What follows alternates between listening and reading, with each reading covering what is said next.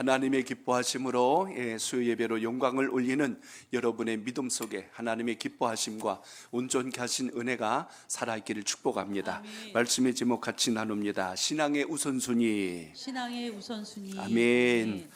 학교에서는 그 장수가 많지 않습니다. 오늘 2장으로 구성되어 있고요. 전체는 4편의 설교 말씀으로 전체가 구성되어 있습니다. 당시 이 학교에서는 페르시아 제국의 4번째 왕이었던 다리오 왕 때 활동했던 선지자입니다. 당시의 시대로 본다면 기원전 약 520년쯤 됩니다. 6월 1일 오늘 학개서 1장 1절에 나온 말씀처럼 그때 보니까요 다리오 왕 제2년에 이때가 이제 기원전 약 520년입니다.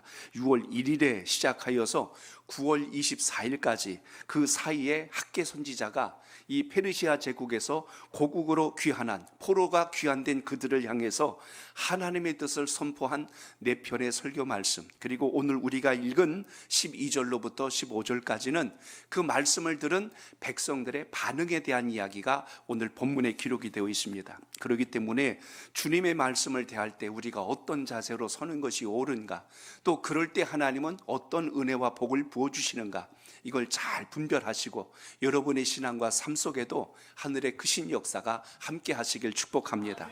오늘 지난번 우리가 1절부터 11절까지 나눈 말씀 속에서 하나님의 말씀을 선포합니다. 하나님께서 백성들을 책망하시고 그들을 권고하실 때 그들의 마음속에 무엇이 우선순위인가를 다시 되돌릴 수 있는 깨달음을 주신 것을 보게 되죠. 그래서 유다 총독이었던 수르바벨로 인하여서 첫 번째 성정 재건이 진행이 됩니다. 그때 당시 대제사장이 여호수아라는 대제사장이 모든 당시의 종교적 절차와 모든 제도들을 이끌어가는 자리에 있었을 때인데요, 백성들의 마음속에 하나님을 찾는 마음보다는 현실에 안주하려고 하는, 그래서 자기의 집을 짓기에 바빴고 자기의 형편을 안정시키는 데 급한 그들의 모습을 보면서 하나님께서 우리를 고국으로 돌려보내신 이유가 무엇이냐, 오늘 그것을 다시 회복시키는 장면으로 오늘 1장이 시작되었습니다. 그래서 오늘 그 진행된 말씀을 듣고 그들이 깨달음을 얻게 되자 다시 성전 재건이 시작이 되었는데요, 그 재건된 이야기 오늘 15절 끝자락에 15절에 보면 그때 다리오 왕 제2년 여섯째 달 24일이었더라라고 이렇게 지금 모든 것이 재건된 시기를 이야기합니다. 자, 1장 1절에 뭐라고 시작했다고 그랬어요? 다리오 왕 제2년 여섯째 달 곧 초 하루에 그 달 첫날 6월 1일 시작해서 6월 24일까지 모든 것이 급속하게 진행되었음을 여기서 보게 됩니다. 그러니까 23일 만에 재건 사업이 아주 급속도로 진행된 걸 보면 그 전까지는 그들이 차일피일 미루던 것이 주의 말씀을 듣고 학개 선지자의 말을 듣고 그들이 깨달아서 야, 이대로 우리가 이것을 방치해서도 안 될 것이고 우리가 여전히 내 집 짓는 데는 바빴는데 여호와의 전을 돌보는 일에 있어서 우리가 너무나 소홀하였구나, 이걸 깨닫고 그들이 하나가 되어서 주의 전을 세워나갔다는 이야기입니다. 결국 여러분, 오늘 수르바벨에 의해서 진행되었던 성전 건축은 솔로몬 성전 때보다 그렇게 웅장하거나 화려하진 않았습니다. 그러나 그 규모에 있어서는 거의 동일하게끔 모든 것이 규정대로 지었을 뿐만 아니라 특히 중간에 여러분 사마리아 사람들이 얼마나 방해를 했어요. 함께 하겠다고 하는 것을 그들을 거절했지요. 너희들은 아수르 제국과 피가 섞였기 때문에 몸이 부정하여 함께 할 수 없느니라 하고 그들을 동참시키지 않자 그들이 방해를 했습니다. 성전 재건에 방해를 했을 뿐만 아니라 당시에 경제적으로도 굉장히 어려운 상황 속에서 건축 기술자들도 부족한 상황에서 이걸 진행시킨 것을 보면 이 배후에 하나님의 놀라운 섭리가 함께하였다는 것을 우리의 삶 속에서도 기억하시길 바랍니다. 그러므로 오늘 이 모든 일정 속에서도 하나님께서 예비하신 뜻이 어디 있는가를 잘 보시면서 먼저는 오늘 본문의 12절에 아주 중요한 표현이 하나 나옵니다. 자, 12절을 여러분 같이 읽어볼까요? 시작. 수르바벨과 여호사닥의 아들 대제사장 여호수아와 남은 모든 백성이 그들의 하나님 여호와의 목소리와 선지자 학개의 말을 들었으니 이는 그들의 하나님 여호와께서 그를 보내셨습니다. 백성이 다 여호와를 경외하매. 아멘. 여기 보면 여호와의 목소리와 그리고 선지자 학개 말을 들었다라고 이렇게 돼 있어요. 여기 들었단 말이 귀로 들은 게 아니고 이제 마음으로 받아들이기 시작한 겁니다. 그전에는 계속 이야기했어도 귓등으로도 안 들었어요. 말씀이 들리지도 않았고 그대로 행하려고도 하지 않았어요. 근데 이제 이 말씀이 들렸다고 기록이 되어 있습니다. 그로 인하여서 여기 기록된 것이, 이 이유는 그들의 하나님 여호와께서 누구를요? 학개 선지자를 보내셨다라고 기록이 되어 있습니다. 그로 인하여 백성이 어떻게 해요? 여호와를 경외하였다. 이 세 가지가 연결되어 있어요. 학개의 말을 들었고 그는 하나님께서 보낸 자란 걸 그들이 인정했고, 그랬을 때 결국 하나님을 경외하는 신앙적 자세가 회복되었다. 이렇게 세 가지가 연결되어 있습니다. 자, 저를 따라합니다. 신앙의 우선순위는 말씀을 듣는 것입니다. 그래서 믿음은 어디서 난대요? 들음에서 난다고 그랬어요. 듣지 않고 우리 삶이 절대로 달라지거나 변하지 않습니다. 우리 이번에 겨울 성경학교를 하는데 우리 아이들이 얼마나 예배를 잘 드리고 이렇게 집중을 하는지 참 귀합니다. 근데 개중에 이제 조금 지나면 이제 막 딴짓하잖아요. 그래서 딴짓하는 줄 알고 왜 그렇게 했냐 해서 물어보면, 야, 요즘 애들은 멀티가 되더라고. 딴짓을 하는데 귀로는 다 듣고 있어가지고 대답은 또 얼마나 잘하는지, 야, 이거 뭐 성경 박사들이요. 그러니까 이거 뭐 앞뒤로 눈이 달린 건가 귀가 달렸나. 그래서 그냥 또 다 이렇게 듣는 걸 보면 몸은 바쁜데 생각은 또 이렇게 듣고 있는 것 같은 걸 보게 됩니다. 그런데 오늘 여기서 말씀한 것 중에 학개의 말을 들었다라고 하는 의미는 하나님의 말씀을 하나님의 말씀으로 경청했다는 의미를 여기서 보셔야 됩니다. 그러니까 귀로만 들었다고 들은 게 아니에요. 우리 이렇게 이야기하죠. 나 그거 알아 그래요. 아는데 행함이 따르지 않는다. 그것은 성경에서 말하는 들은 게 아니죠. 들었다는 것은 그로 인해서 우리 삶의 근본적인 변화가 시작되었을 때 그게 비로소 들었다는 말과 연결되어 있음을 보게 됩니다. 그래서 오늘 12절에 보시면 학개 선지자를 통하여 선포된 하나님의 말씀에 대해서 포로 귀환된 모든 그 백성들이 이제는 반응을 시작한 거예요. 그 전까지는 자기 코가 석자라 자기 집 짓는 데 바빴고 자기 집 장식하고 꾸미는 데 바빴는데 이제는 여호와 전에 대해서 돌아볼 수 있는 눈과 귀가 열리기 시작한 겁니다. 그래서 오늘 지난 시간에 나왔던 그 말씀에 대한 것을 다시 간략하게 요약한다면 두 가지를 이야기했어요. 첫째는 여호와의 집을, 하나님의 집을 내버려 둔 채 너희들의 집과 벽과 기둥을 세우는 일이 어찌된 일이냐. 너희들의 육신을 위해서만 그렇게 열심히 일을 하고 하나님의 전을 세워나가고 포로된 우리를 다시 되돌아오게 하신 이유를 왜 너희들은 깨닫지 못하느냐 하고 지금 이렇게 경고합니다. 또 한 가지는 너희는 지금 즉시 가서 산으로 가서 나무를 가져다 다시 성전을 재건하는 일에 힘을 다하라. 이렇게 선포한 것이 11절까지의 말씀입니다. 그랬더니 오늘 여기 이제 본문 속에 그들이 그 말씀을 듣고 이제 여호와를 경외하며 행함으로 그들의 삶이 바뀌어졌더라라는 것입니다. 그러니까 신앙이 여러분 성장하고 성숙하다는 건 주의 말씀이 들려야 되고요, 들린 대로 삶의 변화가 일어나면 저분이 주의 말씀을 받는구나.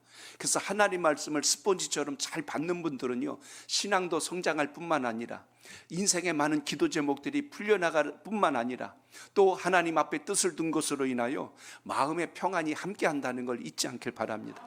그러니까 참 예수님 믿으면 좋은 게 뭐냐면 똑같이 힘들고 어려운 일이 다가와도 그걸 이겨나가고 극복하는 방법을 하나님이 주셨기 때문에 그걸로 인하여 우리의 입이 부정되지 않아요. 죽겠네, 못 살겠네, 내 인생은 왜 그래, 그러지 않아요. 하나님께서 살리실 것을 믿기 때문에 더 주님 앞에 엎드릴 줄 알고, 그러다 보니까 하나님이 내 인생의 문제를 하나씩 둘씩 해결해 나가는 놀라운 역사를 경험하게 된다는 것입니다. 여러분의 시작과 끝을 하나님이 붙드시고 있다는 걸 확신한다면 삶 속에 오는 어떤 어려움도 위기도 결코 여러분을 쓰러뜨릴 수 없다는 걸 잊지 않길 바랍니다.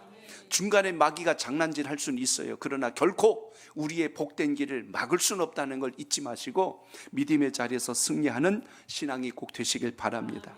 그래서 당시 선민들이 학개 선지자가 선포했던 그 말씀을 듣고 나서 자신들의 입장과 자신들의 형편과 그것만 핑계하고 변명하던 그들의 입술이 싹 달라져 버린 거예요. 이제는 여호와 하나님을 위해서 우리가 헌신하는 자로 변화되겠습니다 하고 그 재건하는 일에 모두가 힘을 다합니다.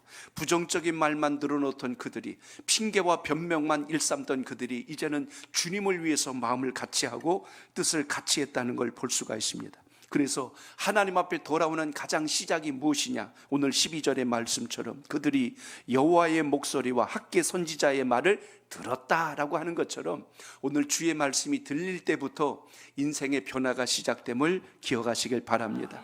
그렇기 때문에 오늘 그들의 입술을 통하여 나오는 말이 부정적이지 않고 그들의 입술을 통하여 나오는 말이 핑계가 아니라 이제는 우리가 어찌하여야 하나님을 기쁘시게 할꼬 하는 것처럼 여러분 안에 은혜와 성령이 충만하면 우리의 고백이 날마다 하나님의 기뻐하심 가운데 거한다는 것을 잊지 않길 바랍니다.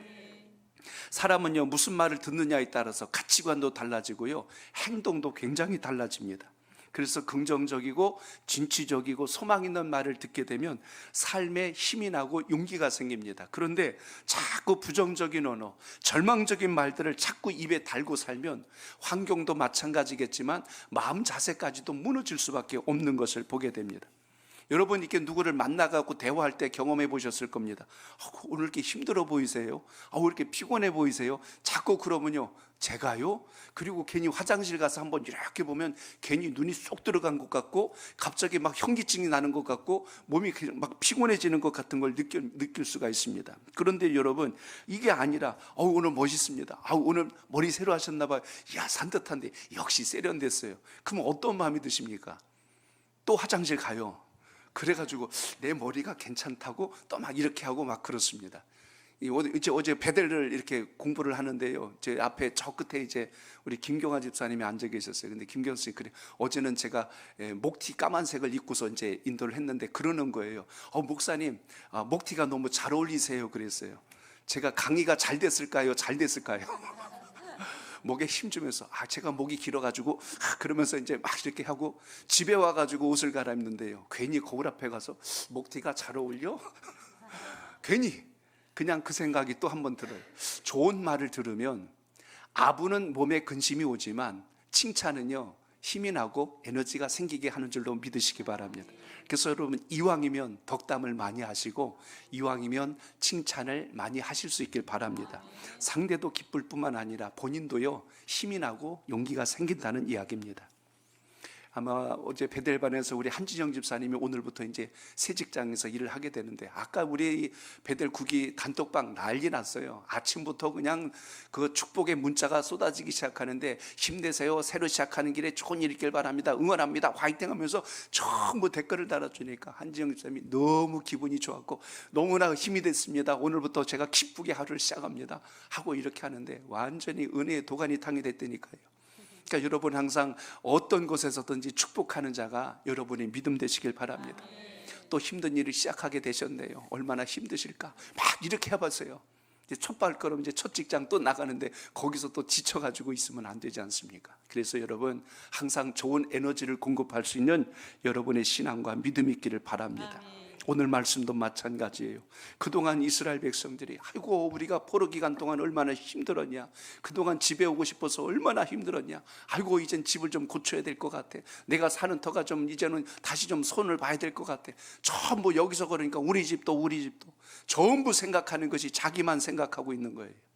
그래서 하나님께서 왜 그들을 돌려보낸지를 깨닫지 못하고 있을 때 학개 선지자를 통하여 다시 믿음의 굳건한 자리에 설 수 있도록 깨달음을 주심으로 인하여 그들이 다시 주의 말씀을 듣기 시작했고 하나님 뜻 앞에 헌신하는 삶으로 변화된 것처럼 우리의 신앙과 믿음도 더 주님을 가까이 하는 은혜가 있기를 축복합니다. 참 먹고 살기 힘들 때, 또 우리나라가 참 위기가 많을 때는요, 주의 전에서 기도 소리가 끝나지 않았어요. 예배할 때 정말 눈물을 쏟아가며 예배를 드리고 기도할 때 통곡하며 하고, 근데 지금 이제 나라도 힘들어요. 경제도 어렵다고 해요. 근데 아직은 버틸만 하다는 생각들이 우리 속에 잠재되어 있는 한 하나님 앞에 예배하거나 기도하려고 하는 우리 영적인 의지들이 상당히 약해져 가는 걸 볼 수가 있습니다. 과거에 권사님 그러면 여러분 기도하는 분들이었어요. 주의 전에서 모든 공적 예배에 새벽을 깨워 그리고 모든 예배마다 힘을 다하여 하나님께 기도와 간구로 몸된 주의 전에 기도의 불꽃이 꺼지지 않도록 늘 힘을 다했던 것이 하나님의 일꾼들의 모습이었습니다. 그래서 아마 오늘 이렇게 목장 리더방에 문자가 이렇게 가셨을 거예요. 사실 우리가 지금 수요 예배라고 하지만 사실 이 수요일 날 드려지는 이 모임이 처음 시작할 때는 기도회로서 모임이 시작이 됐어요. 그래서 원래 이름은 수요 기도회라는 이름으로 모여졌습니다. 예배를 드리고 말씀을 나눈 후에 하나님께 간절히 기도하고 주의 은혜가 소멸되지 않기를 구하는 그런 결단들이 있었던 것이 이 수요 예배를 통해서 이루어져 왔습니다.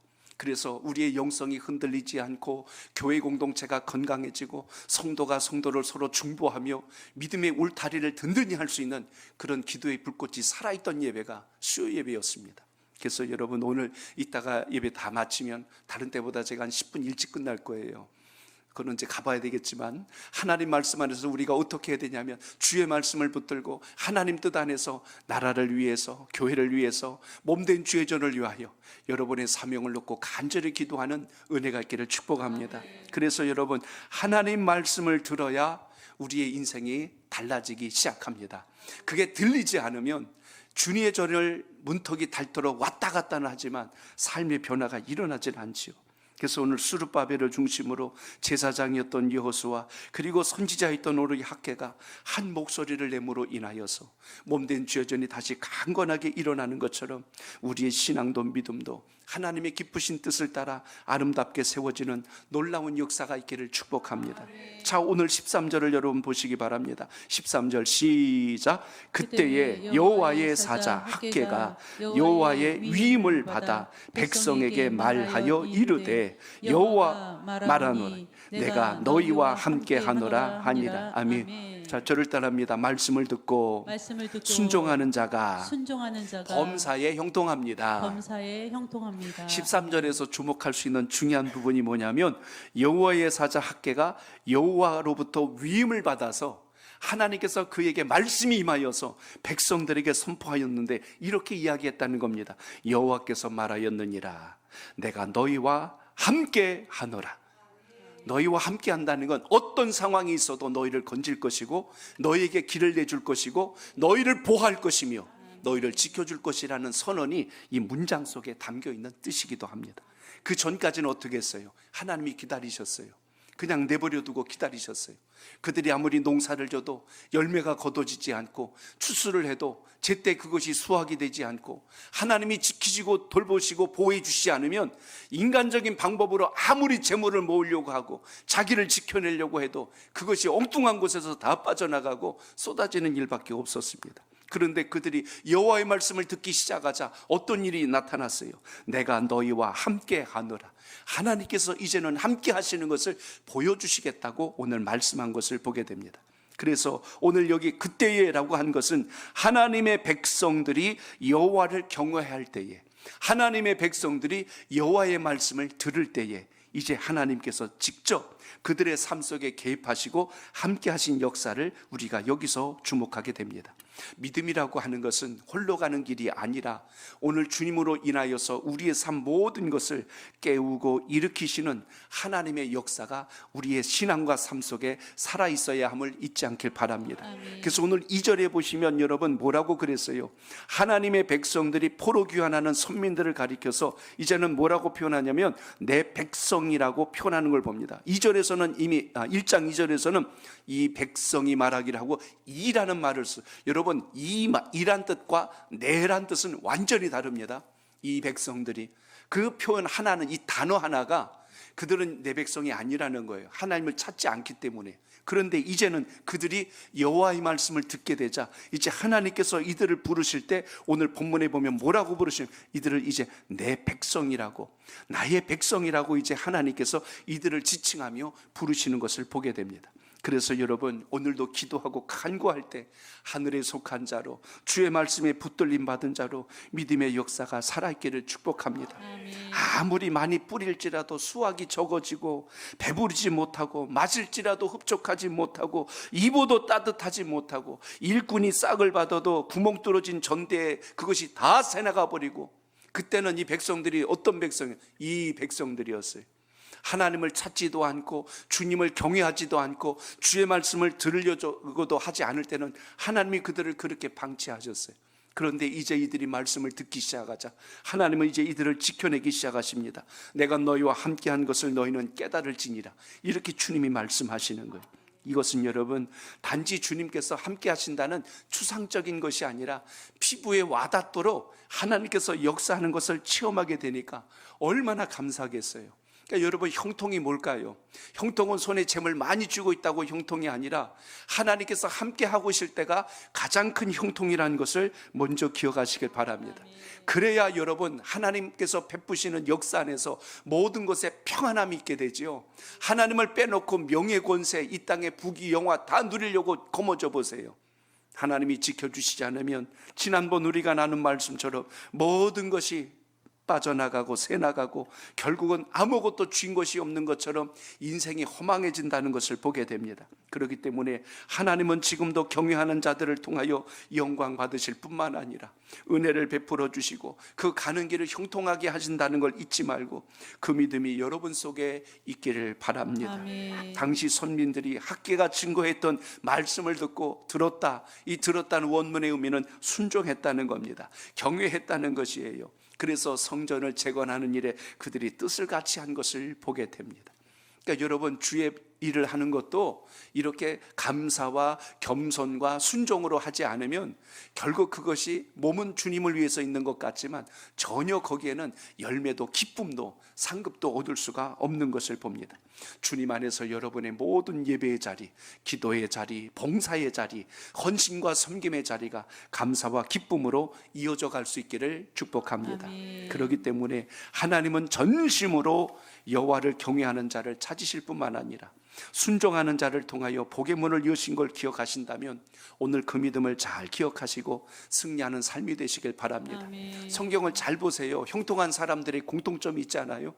노아를 보시고 아브라함, 요셉, 이들의 공통점이 다 어디에 있습니까? 하나님 말씀을 들은 사람들이에요. 다른 사람들도 들었는데 그들은 귀뚱으로도 안 들었고 순종도 안 했어요. 근데 노아, 아브라함, 요셉, 기타 또 모세, 여호수아, 다윗, 이들의 공통점은 말씀을 들었을 때 순종하고 행함으로 옮긴 사람들입니다.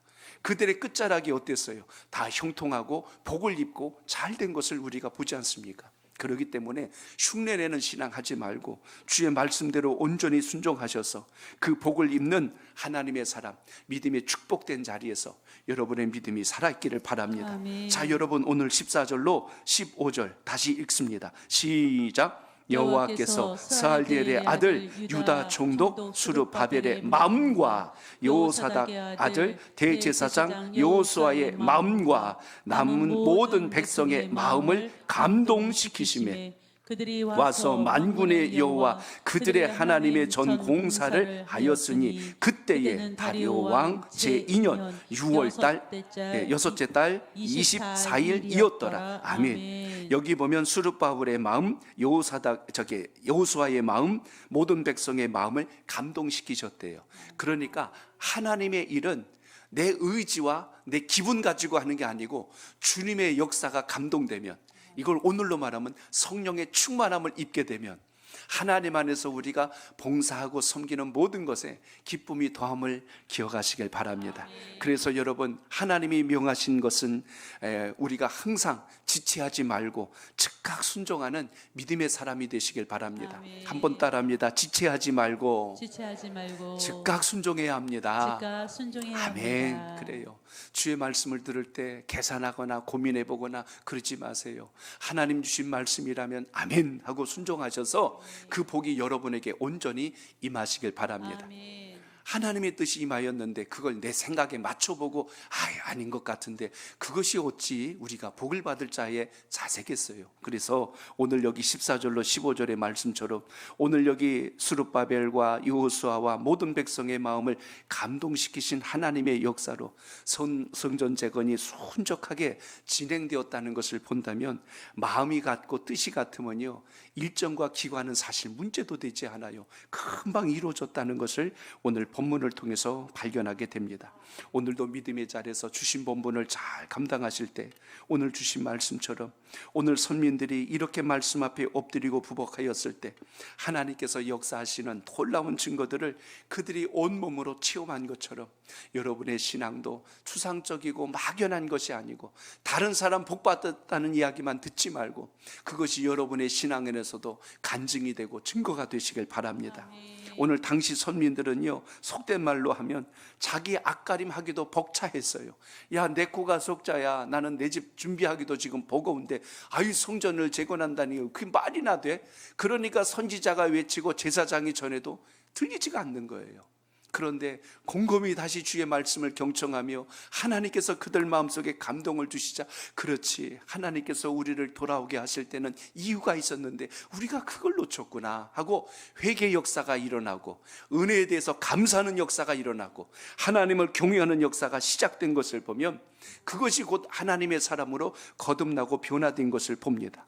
당시의 경제적인 여건이나 정치적인 불안정 여전했어요. 오늘과 크게 다를 바가 없을 겁니다. 오늘 나라가 시끄럽고 어지럽지요. 경제가 어렵다는 말이 들리죠. 지금 또 미국에서는 또 관세로 인하여서 각 나라들과 조율하면서 많이 긴장 관계가 협상 때문에 지금 골머리를 앓고 있는 이런 혼란한 시대 속에 살고 있습니다.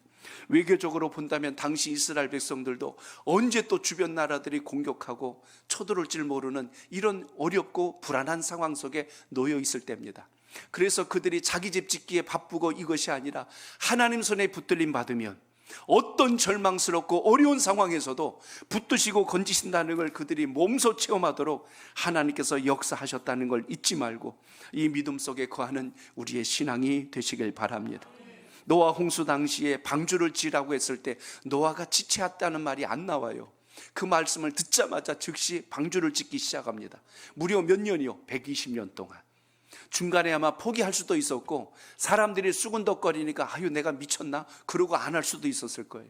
근데 노아가요, 그 가족들과 같이 한결같이 여호와의 말씀을 듣고 순종하여서 노아가 이렇게 하나님의 역사를 일궈내자 마침내 구원의 때가 이뤘을 때 얼마나 큰 역사를 나타나지 않습니까?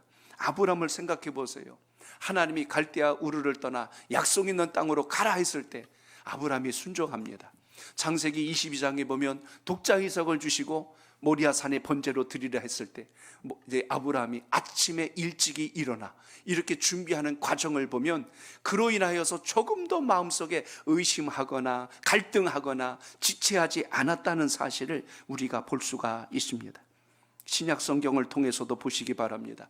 예수님께서 부활 승천하신 것을 목격한 제자들, 그들이 한결같이 주님의 말씀이 뭘 들었어요? 너희들은 내가 올 때까지 믿고 기다리라, 기도하라, 성령이 너희와 함께 할 것이다. 그들이 순종하고 마가 다락방에 모여서 간절히 기도할 때 그들에게 성령의 역사가 시작된 것을 말씀은 기록합니다. 주님의 말씀에 순종할 때 하나같이 어떤 역사가 일어나요? 기적이 일어나고 응답이 일어나고 회복이 일어나고 치유가 일어났어요. 내 머리로 자꾸 재고 앉아 있다가 하나님의 때를 놓칠 때가 우리 인생 속에 얼마나 많은지 모릅니다. 100번 내가 머리 굴려봐야 주의 말씀 한 번 순종한 것만 못하다는 이야기입니다. 그렇기 때문에 오늘도 여러분 삶 속에 주의 말씀이 들릴 때, 깨달음이 오고 성령의 음성이 신비를 때릴 때 여러분 다시 주 안에서 강력한 힘을 갖고 일어나는 역사가 있기를 주의 이름으로 축복합니다. 아멘. 오늘 성경을 보면 현실적으로 불가능한 일 가운데도, 무모해 보이는 그 일 가운데도 하나님께서 명하시고 그 명하신 것을 순종한 인생들을 통하여 하나님은 믿음의 역사, 구원의 역사를 지금까지 이끌어 가신다는 걸 잊지 않길 바랍니다. 아멘. 우리나라도 역사 속에서 사라질 뻔했던 나라 아니겠어요? 일제강점기가 36년이 되자 우리나라 끝난 줄 알았어요. 그때 많은 사람들이 나라를 포기했습니다.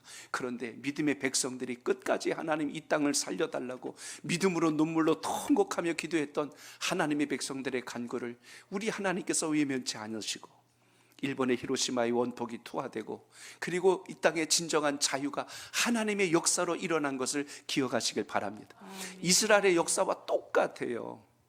애굽에서 나온 이스라엘 백성들이 싸워서 나온 게 아니고 하나님께서 모세를 통하여 강권하여 애굽의 열장을 내리고 백성들을 나오게 하셨잖아요. 그들이 광야를 지나갈 때도 하나님께서 홍해도 갈라주셨고 만나도 메추라기도 먹게 하시고 약속의 땅에 들어가서 그들을 살 수 있도록 섬겨주신 것을 봅니다. 바벨론 땅에 포로 생활을 70년간 했어요.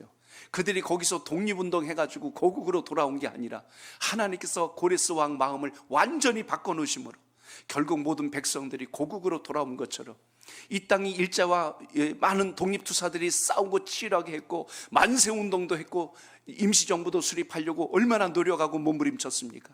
그런데 그것이 아직 진행되지 않고 있던 터에 하나님께서 강권적으로 일본 천황의 항복 선언을 외치게 함으로 이 땅에 자유를 허락해 주시고, 또 6.25라고 하는 큰 어려움 속에서 하나님께서 강한 민족을 들어 일단 유엔연합군과 그리고 미군을 통하여서 함께 이 땅에 자유민주주의 국가로 세워질 수 있도록 기반을 세워주신 것을 보면 주님께서는 얼마나 섭리하게 섬세하게 이 땅을 지켜주신가를 우리는 기억할 수 있습니다.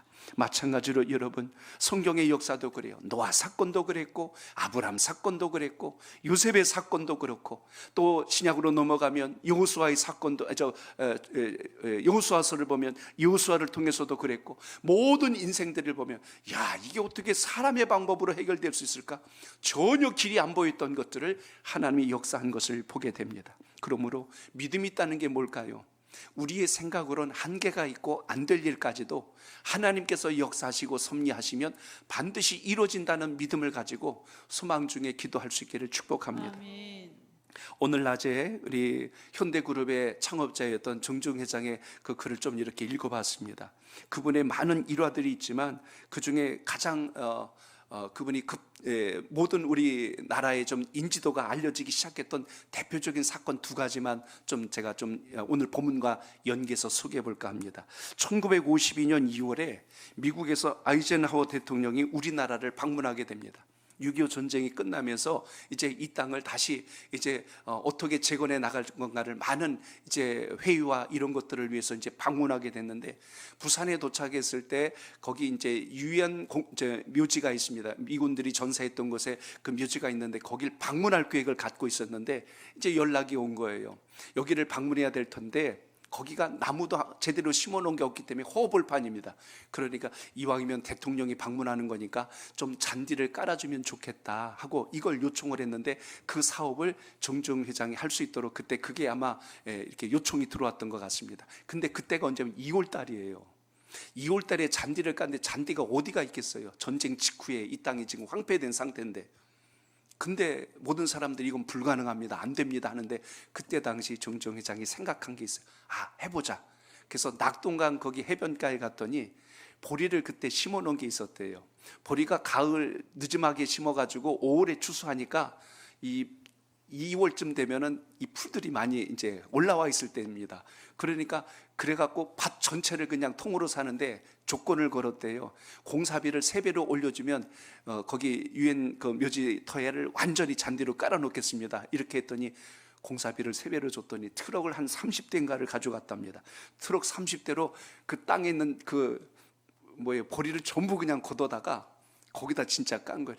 푸르게 생겼으면 멀리서 보면 다 잔디 아니냐고 이렇게 해가지고 그걸 진짜 깔아버리니까 나중에 그냥 너무 멋지게 이렇게 작품이 나온 거예요. 그래서 그 실력이 인정받았다는 거, 역시 잘해놨다고 이렇게 칭찬받았다는 이야기가 있습니다.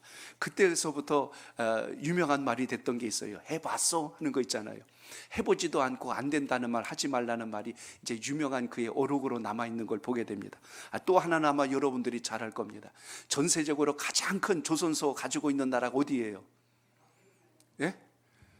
제가 다른 나라면 얘기했겠어요. 현대조선소가 정말 전 세계로 이 가장 최고의 시설을 갖춘 이유가 있었는데, 그 배경에 대한 이야기를 들을 때 정말 감동스러운 겁니다.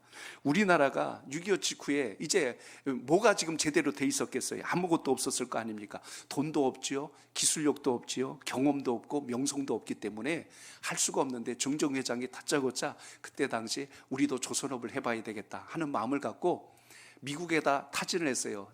차관을 좀 돈을 빌려고 했는데 미국에서 지원 안 해주는 거예요. 전혀 믿을 구석이 없으니까 안 해줬어요. 일본에게 요청을 했대요. 일본도 거절을 했어요. 그때 당시 가장 강한 힘을 가졌던 나라들이 거절당했으니 누가 해주겠어요. 그래서 결국 선택한 게 영국을 선택했습니다.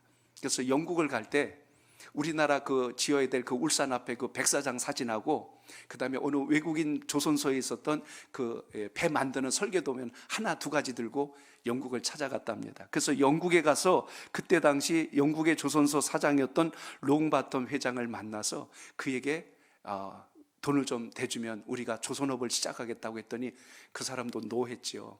근데 끝까지 요청을 했는데 뭐 또 하나 근거가 없어서 받아줄 수 없다고 하니까 그때 정종 회장이 가지고 있던 것 중에 우리나라 지폐를 가지고 있었습니다. 여러분 500원짜리 그때 당시 지폐 보신 분 계세요? 저렇게 그때 당시 500원짜리 지폐입니다. 저걸 롱바통 회장에게 보여줬대요. 이게 우리나라 지폐인데 여기 보면 여기 지금 이 거북선이 있지 않냐, 이거 철갑선이다, 이렇게 설명했답니다. 우리는 이 영국보다 300년 앞서서 철갑선을 만든 나라다. 그리고 우리는 400년 전에 일본의 수백 척의 배를 이 철갑선을 가지고 다 이긴 나라다. 우리나라가 세국 정책으로 인하여 근대화가 조금 늦어져서 그렇지 우리는 이런 배를 만들 수 있는 잠재력이 있는 나라다 하고 이렇게 공언을 합니다.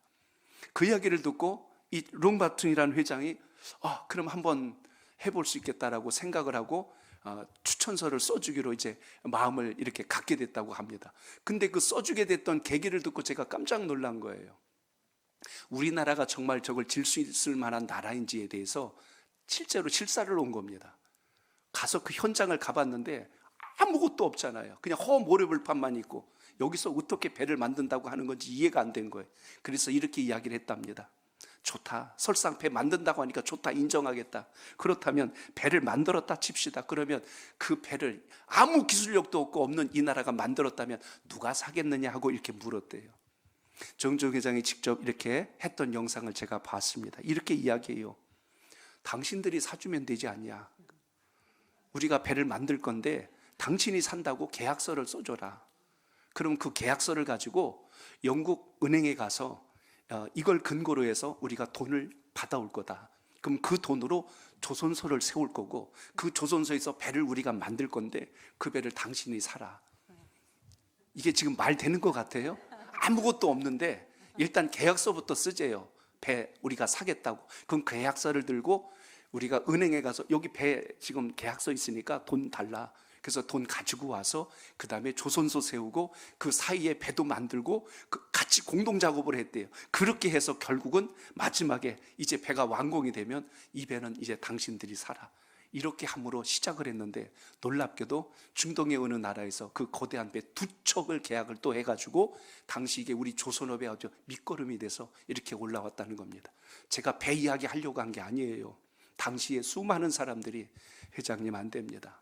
이건 우리나라는 할 수도 없습니다.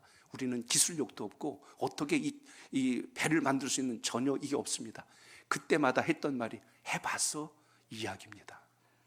저는 무슨 생각을 하냐면 이 세상에서도 불가능해 보이는 걸 하겠다고 한 사람들이 기업을 만들어 놓고 세상을 뒤집어 놨다면 우리는 그것과 비교할 수 없는 만군의 주 여호와 하나님을 믿고 신앙한다고 하면서 에이, 하나님 제가 기도한다고 될까요? 제가 예배 드린다고 뭐가 달라질까요? 스스로 믿지도 않고 신뢰도 하지 않으면서 주여라고 부르고 있는 이 주라는 자체부터가 우리가 얼마나 위선적인가를 생각해 보십시오. 주라는 뜻이 나의 주인이라는 겁니다. 나는 그 종이라는 거예요. 주인이 하는 모든 것을 나는 따르는 게 종인데 입으로는 주여인데 우리 삶은 전혀 믿지를 않아요. 신뢰를 하지 않아요. 어떻게 우리 인생이 달라지고 바뀔 수 있겠습니까? 그렇기 때문에 오늘도 우리는 다시 한 번 더 주의 말씀을 통하여 모든 것이 허물어졌던 나라를 세우신 우리 하나님의 역사라면 오늘 이 땅이 혼탁하고 어지러울지라도 우리 다시 한 번 더 복음의 능력을 신비에 새겨서 하나님의 영광을 이룰 수 있는 은혜가 여러분의 믿음과 기도 속에 살아있기를 축복합니다. 그 정규영 회장이 남겼던 말 중에 한 문장을 제가 좀 인용하겠습니다. 무슨 일을 시작하든 된다고 하는 확신 90%와 반드시 되게 할 수 있다는 자신감 10% 외에 안 될 수도 있다는 불안은 단 1%도 갖지 않겠다. 이렇게 하면서 기업을 이끌어간 창업자입니다. 오늘 우리는 이보다 더 큰 할 수 있거든이 무슨 말이냐, 믿는 자에게 능히 하지 못할 일이 없다고 말씀이 기록되었는데도 불구하고 우리는 머리로 미리 다 계산해 버립니다. 머리로 미리 다 결론 내버려요. 나는 이래서 안 되고 나는 저래서 안 됩니다. 그러나 믿음이라고 하는 것은 우리의 생각과 계산에 의한 것이 아니라 주님께서 오늘 이 택한 백성들을 먼 바빌론 땅에서 70년간 있다가 이끌어서 다시 그들을 통하여 주의 영광을 이루신 것처럼 하나님이 하시면 모든 것의 역사가 시작됨을 잊지 말고 그 믿음이 여러분에게 있기를 축복합니다. 그래서 우리가 이 생명줄인 기도줄을 붙들어야 된다는 것입니다. 오늘 기도를 통하여 주님을 더 깊이 뜨겁게 만나는 역사가 여러분 삶 속에 있기를 주의 이름으로 축복합니다.